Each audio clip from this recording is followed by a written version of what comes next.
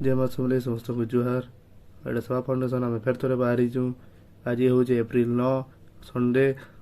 आज आम अभाव असुविधा थी लोक मान लगी खाना प्रस्तुत करूँ खाइबा देमु। तो सेवा फाउंडेशन सब सदस्य मान को बहुत बहुत धन्यवाद जेन मैंने कि निज निज टाइम बाहर करूचन सांगे बाहरुचन लोकर सेवारे। तो आगे भी एमती बाहर तो लोकर सेवा कर लगी बहुत बहुत धन्यवाद।